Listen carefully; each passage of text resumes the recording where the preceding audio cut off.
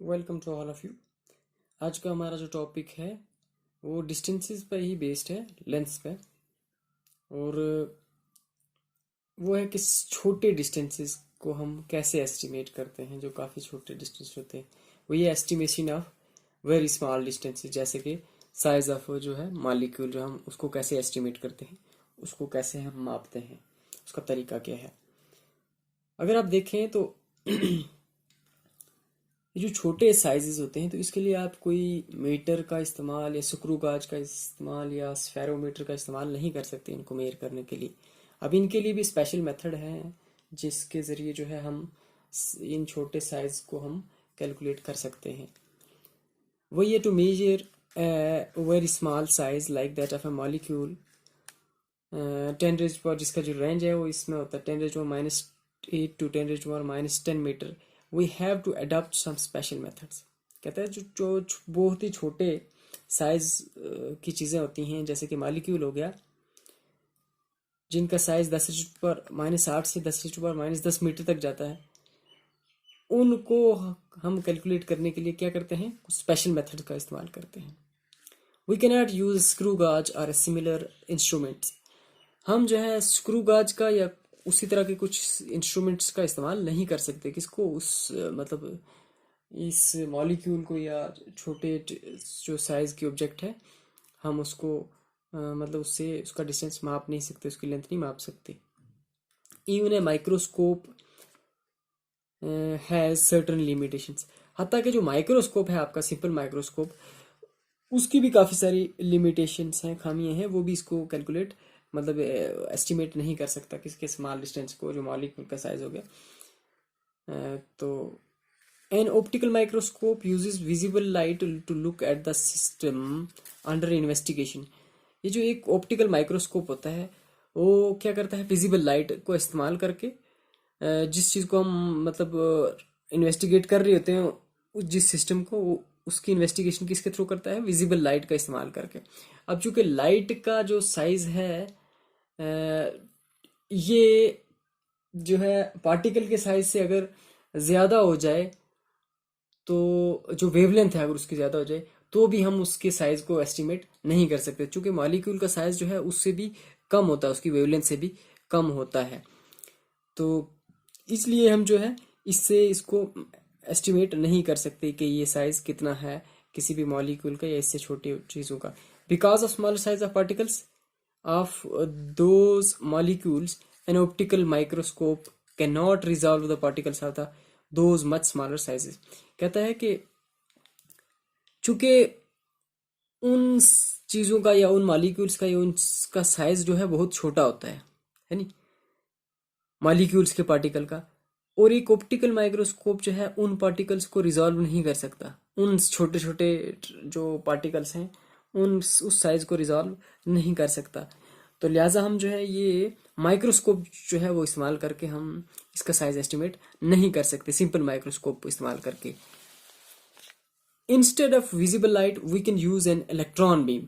अब visible light use करने से की जगह बजाय हम क्या इस्तेमाल कर सकते हैं, इलेक्ट्रॉन बीम। अब इलेक्ट्रॉन बीम कैसे करेंगे, इलेक्ट्रॉन बीम हम उस पर फोकस करेंगे और फिर उसके बाद उसका साइज देखेंगे। आगे कहता है electron beam can be focused by properly designed electric and magnetic fields. Electron beam जो है वो मतलब एक तरीके से जो है जिस चीज़ को हम ऑब्जर्व कर रहे हो, इन्वेस्टिगेट कर रहे हैं, उसको उसके ऊपर डाला जाता है। किस तरह से, मतलब उसके ऊपर फोकस किया जाता है किसी डिज़ाइन जो है इलेक्ट्रिक और मैग्नेटिक फील्ड्स का अप्लाई करके, ताकि जिस जिस टारगेट पे हम लगाना चाहते हैं उसी पे ही हम उस पर फेंक सकें। The resolution of such an electron microscope is limited. और ये ऐसे इलेक्ट्रॉन माइक्रोस्कोप जो है उसका जो रेजोल्यूशन है वो भी क्या है, लिमिटेड ही होता है। कहने का मतलब ये कि वो ये जो माइक्रोस्कोप है ना, ये इलेक्ट्रॉन माइक्रोस्कोप है। ये सिंपल वो वाला माइक्रोस्कोप नहीं है जिसके अंदर जो विजिबल लाइट का यूज करता है। ये यूज करता है किसका, इलेक्ट्रॉन की बीम का। मतलब काफी सारे इलेक्ट्रॉन जो है, इलेक्ट्रॉन की बीम एक छोड़ी जाती है किसकी बदौलत, मतलब किसकी वजह से, एंड इसकी मदद से इलेक्ट्रिक और magnetic field, proper magnetic field और इलेक्ट्रिक फील्ड लगा के हम जिस टारगेट के ऊपर लगाना चाहते हैं उस पर हम थ्रो करते हैं और फिर उसका साइज जो है देखते हैं, और नाम उसका है इलेक्ट्रॉन माइक्रोस्कोप। और इसकी जो है वो रेजोल्यूशन ये भी लिमिटेड है। तो इसके बाद एक और कंसेप्ट आता है, उसको बोलते हैं टनलिंग। तो हम टनलिंग का इस्तेमाल करके फिर इसका देखते हैं कि उसका साइज कितना है। ठीक है, तो आगे है by the fact, finally by the fact that electrons can also behave as waves. चूंकि देखो लाइट का जो नेचर था वो था पार्टिकल भी है और ड्यूल नेचर ऑफ, मतलब ड्यूल नेचर है किसका, लाइट का, पार्टिकल नेचर भी और वेव नेचर भी है। ठीक है, और इलेक्ट्रॉन भी जो है वो कौन सा, wave nature, as a wave behave करते हैं। ठीक है, तो उस वजह से उसकी जो मतलब जो जिस चीज को इन्वेस्टिगेट कर रहे होते हैं उसकी को इन्वेस्टिगेट करने में प्रॉब्लम आती है, उसकी रेजोल्यूशन चेक करने में कि इसका साइज कितना है। The wavelength of an electron can be as small as a fraction of angstrom. ये जो वेवलेंथ होती है किसकी, इलेक्ट्रॉन की, वो कितनी छोटी होती है, फ्रैक्शन ऑफ एंगस्ट्रॉम। अब ये एंगस्ट्रॉम क्या है, ये एंगस्ट्रॉम जो है इंटेंसिटी, मतलब वेवलेंथ ऑफ जो है लाइट जो है उसको मेजर करने के यूनिट है, एंगस्ट्रॉम बोलते हैं इसको। तो इसको शो करते हैं ये इससे, ये जो ए के ऊपर छोटा सा जीरो पड़ा ना, ये एंगस्ट्रॉम है। ठीक है, और होता किसके बराबर है, जो एक एंगस्ट्रॉम होता है ना आपका, 1 एंगस्ट्रॉम, वो होता है 10⁻⁻10 मीटर। ठीक है, ये आप मतलब इसके बराबर होते हैं। एक एंगस्ट्रॉम जो है 10⁻⁻10 मीटर के बराबर होता है। ठीक है, तो इससे भी कम फ्रैक्शन जो है उसकी मतलब एंगस्ट्रॉम की फ्रैक्शन जितना किसकी वेवलेंथ होती है, इलेक्ट्रॉन की। अब क्या है, such electron microscopes with a resolution of 0.6 angstrom have been built. ऐसे इलेक्ट्रॉन माइक्रोस्कोप बनाए हैं जिनकी रेजोल्यूशन जो है 0.6 एंगस्ट्रॉम है, और वो क्या कर सकते हैं, they can almost resolve atoms and molecules in a material. और ये जो मतलब ऐसे वाले जो माइक्रोस्कोप्स हैं, मतलब जो कि इलेक्ट्रॉन माइक्रोस्कोप हैं, वो क्या कर सकते हैं, वो एटम्स और मॉलिक्यूल्स का जो साइज है किसी मटेरियल के अंदर उसको रिजॉल्व कर सकते हैं, देख सकते हैं कि कितना है। In recent times tunnelling microscopy जो है has been in recent times tunneling microscopy has been developed in which again the limit of resolution is better than the angstrom। देखो अभी जो नई टेक्निक आई है कौन सी, टनलिंग माइक्रोस्कोपी के अंदर, उसके अंदर क्या है कि ऐसे माइक्रोस्कोप्स बनाए हैं जिनकी जो रेजोल्यूशन है, मतलब किसी चीज को यानी स्मॉलर साइज को एस्टिमेट करने की काबिलियत जो है वो पहले से कहीं ज्यादा बेहतर है।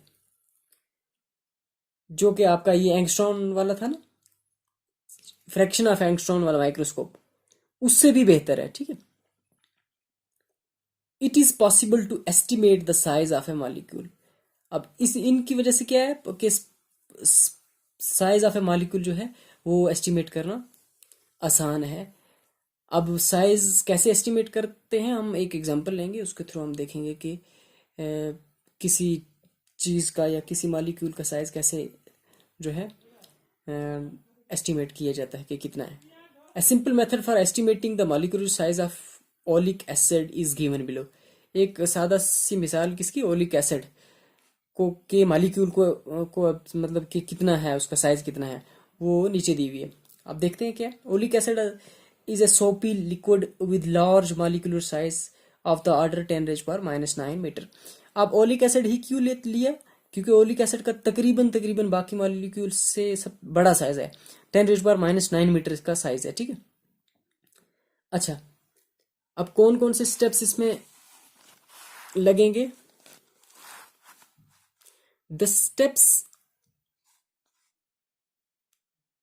Steps followed in determining the size of molecule are. वो स्टेप जो इसके अंदर फॉलो किए जाएंगे कि इसका साइज ढूंढने में, वो ये दिए, dissolve 1 cm³ of oleic acid in alcohol to make a solution of 20 cm³। 1 cm³ जो है आपने ओलिक एसिड लेना है और उसको डिजॉल्व कर लेना है किसके अंदर, अल्कोहल के अंदर, ताकि आपका जो सोल्यूशन बने वो पूरा सोल्यूशन 20 cm³ बने। ठीक है, अब फिर क्या करना है, टेक 1 cm ऑफ एबो सोल्यूशन। अब ये जो सोल्यूशन बन गया ना 20 cm³, जिसके अंदर दो चीजें, ओलिक एसिड भी है और अल्कोहल भी है, उसका 1 cm लेना है, 1 cm³ लेना है, एंड डिजॉल्व इन अल्कोहल, और फिर से उसको दोबारा से क्या करना है, अल्कोहल के अंदर फिर डिजॉल्व कर लेना है, to make a solution of 20 cm³ फिर से, ताकि वो वाला जो है वो 20 cm³ जो है सोल्यूशन पूरा बन जाए। अब जो ये 1 cm³ लिया ना, अब ये वाला सोल्यूशन लिया कौन सा, जिसके अंदर ओलिक एसिड भी था और क्या नाम है इसका, अल्कोहल भी था, उसका जो 20 cm³ था ना, उसमें से 1 cm निकाला और फिर से अल्कोहल में डिजॉल्व किया। ठीक है, और उसके बाद जो आपका सोल्यूशन बना वो कितना बना, 20 cm³। अब कंसंट्रेशन जो है किसकी, ओलिक एसिड की, वो सोल्यूशन के अंदर कितनी हो जाएगी, रह जाएगी, क्योंकि हमने अल्कोहल को 2 बार ले लिया, मतलब 1 cm ऊपर लिया था क्या आपने ओलिक एसिड, तो 20-20 सेंटीमीटर का जो सोल्यूशन था वो मतलब अल्कोहल के अंदर उसको डिजॉल्व किया, तो इसकी कंसंट्रेशन ये कितना बचा होगा, मतलब जो इसकी कंसंट्रेशन कितनी होगी ओलिक एसिड की, वो होगी 1/20 × 20 cm³। 20 × 20 समझ गया ना, एक बार ये इसमें भी 20 था, ये 20, ठीक है, इसलिए ये 1/20, मतलब आपका जो ओलिक एसिड है उसका सिर्फ एक ही यूनिट 1 cm³ है। ठीक है, तो ये उसकी कंसंट्रेशन हो गई, ये एक स्टेप हो गया। सेकंड हमने क्या करना है, sprinkle some lycopodium powder on the surface of water. अब क्या करना है, एक लाइकोपोडियम जो है पाउडर, उसको पानी की सतह पे फेंकना है किसी भी चीज के अंदर, किसी ट्रफ के अंदर, and put 1 drop of above solution, the oleic acid in the solution will be spread over water in a circular molecular thick film। कहता है लाइकोपोडियम का जो पाउडर है वो क्या करो, पानी की सतह पे किसी भी बड़े सारे टब के अंदर या किसी बड़ी चीज के अंदर हम उसको मतलब क्या कर लो आप, फैला दो। ठीक है, लाइकोपोडियम जो पाउडर है उसको पानी की सतह के ऊपर फेंको। ठीक है, एंड पुट 1 ड्रॉप ऑफ एबो सोल्यूशन। कौन सा एबो सोल्यूशन, इस सोल्यूशन का जो ये है ना लास्ट पे आपको सोल्यूशन मिला था 20 cm³, जिसके अंदर आप जिसको आपने 2 बार उसको यानी अल्कोहल के अंदर डाल के एक लास्ट पे सोल्यूशन बना था, उस सोल्यूशन का 1 ड्रॉप उठा के आपने इस के अंदर जो है डालना है। अब क्या होगा, इस डालने से जो ओलिक एसिड होगा ना, oleic acid in the solution will be spread over water in a circular molecular thick film. अब जो आपका होगा क्या, ओलिक एसिड वो जिसके अंदर आपने लाइकोपोडियम पाउडर पानी के ऊपर डाला था, उसके अंदर जैसे आपने ड्रॉप डाला, और वो ड्रॉप क्या करेगा कि ओलिक एसिड को पानी के ऊपर जो है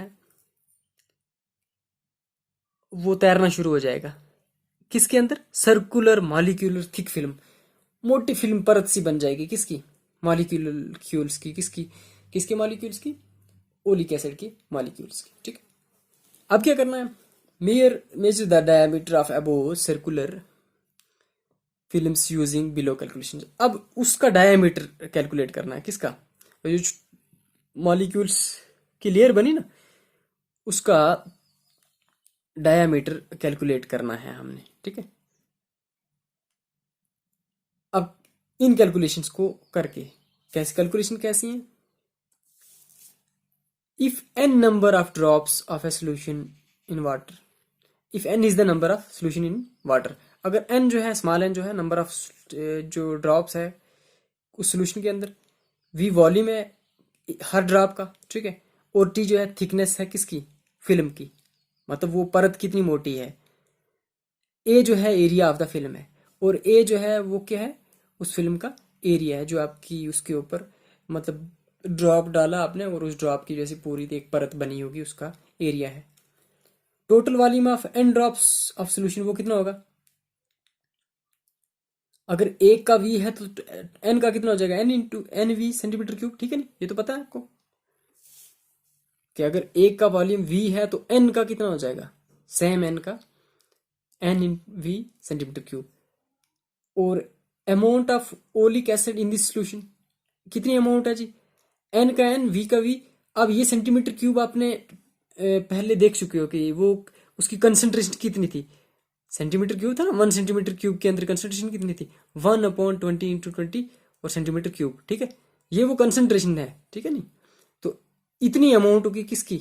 ओलिक एसिड की। अब अगर हम थिकनेस निकालना चाहें तो थिकनेस किसके बराबर होगी? थिकनेस ऑफ फिल्म जो है जिसको टी से रिप्रेजेंट किया गया और वो होगी किसके बराबर? Volume of the film divided by area of the film. Volume कितना है फिल्म का और एरिया कितना है फिल्म का। अब वॉल्यूम तो हम निकाल चुके हैं यहाँ, ठीक है, वो उसको डिवाइड कर लेंगे किसके? एरिया के साथ। तो एरिया आ गया ए डिवाइड बाई ए, तो ये तो है ना 1/20, ये 20 × 20 इसके साथ में आ जाएगा।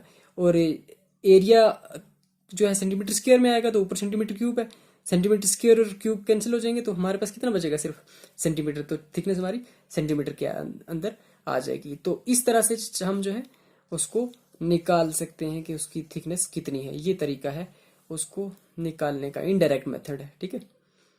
तो अब है आगे के रेंज ऑफ लेंथ। लेंथ का रेंज कितना है, छोटा सा टॉपिक है, ये देखते हैं कि रेंज कितना कितना है। कुछ एक हम इस टेबल सा बना है उसमें बताएंगे कि कौन सी लेंथ जो किस रेंज की होती हैं। The size of the objects we come across in this universe very over a very wide range. इस यूनिवर्स के अंदर जितनी भी चीजें हैं उनका साइज जो है वेरी करता है और काफी खुले रेंज तक, यानी सम रेंजेस आर गिवन बिलो, कुछ रेंजेस जो है नीचे दिए हुए। जैसे साइज ऑफ प्रोटॉन क्या होता है जी? वो होता है 10⁻⁻15 मीटर, ठीक है। न्यूक्लियस का size 10⁻⁻14 metre. Size of hydrogen atom 10⁻⁻10 metre. Length of typical virus, virus की लेंथ कितनी होती है जी? वो 10⁻8 मीटर। वेवलेंथ ऑफ लाइट कितनी होती है जी? वो 10⁻7 मीटर। और डिस्टेंस ऑफ मून फ्रॉम अर्थ, जमीन से मून का जो फासला है वो कितना है? 10⁻8 मीटर। और उसी तरह से सन का 10⁻11 मीटर। और गैलेक्सी का, हमारी गैलेक्सी का साइज कितना है? 10⁻21 मीटर। और जो बाउंड्री है ऑब्जर्वेबल यूनिवर्स की, जिसको अभी तक यानी ऑब्जर्व कर चुके हैं जितना, तो वो है 10⁻26 मीटर। तो ये था आपका लेंथ वाला टॉपिक जो है वो खत्म हो चुका है कि लेंथ, मेजरमेंट ऑफ लेंथ क्या होती है। मेजरमेंट के अंदर आपने सबसे पहले स्मॉल जो है साइज की लेंथ मापी, यानी जो जिसमें आपने मीटर का यूज़ किया, मीटर स्केल का यूज़ किया, या स्फेरोमीटर हो गया, या स्क्रू गाज होगी, इसका इस्तेमाल करके निकाला। उसके बाद आपने लार्ज डिस्टेंसेस की मेजरमेंट की, जिसको आपने पैरेलैक्स मेथड से उसको मापा कि कैसे हम किसी भी इसका साइज मालूम कर सकते हैं या उसका डायमीटर मालूम कर सकते हैं यहाँ बैठे बैठे। फिर आपने जो है माइक्रो लेवल के ऊपर, जो है न्यूक्लियर लेवल के ऊपर, आपने मॉलिक्यूल्स का साइज जो है अब वो देखा कि उनको कैसे कैलकुलेट। और ये कुछ रेंजेस दिए गए हैं कि रेंजेस कितने कितने हैं। देखो इस चीज़ को मतलब इस टॉपिक को देख के आप परेशान नहीं हो जाना कि इतने मुश्किल मुश्किल है, फिजिक्स हम नहीं रखेंगे, ये है वो है। आसान है, सिर्फ ये जो यूनिट है इसके अंदर थोड़ी थ्योरी ज़्यादा है, आपको थोड़ा सा मुश्किल लगेगा। और खासकर 12th का जो है वो इससे कहीं ज़्यादा इजी है। 11th मुश्किल है, 12th का काफ़ी ज़्यादा इजी है, इससे बहुत ज़्यादा। और आपको सिर्फ इसमें थोड़ा ध्यान देना है, चीज़ों को समझते रहना है, कोई भी चीज़ छूटे ना, ठीक है। तो ये जो थोड़ा थ्योरेटिकल है, थोड़ा बोरिंग सा लग रहा होगा, लेकिन आप कोशिश करेंगे इसको प्रिपेयर करने की और बार बार पढ़ने की और बार बार जो है इस वीडियोस को देख के चाहे डाउनलोड कर लो चाहे जैसे भी, और देख के उसको समझेंगे। जहाँ से समझ ना आए वहाँ से कमेंट बॉक्स में आप कमेंट करके बता दें। वो ना हो तो आप सीधा व्हाट्सएप नंबर पे आप पूछ सकते हैं कि यहाँ से ये चीज़ ऐसे है ऐसे है। तो मैं उसको आपको इंडिविजुअली जो है समझा दूंगा, ठीक है।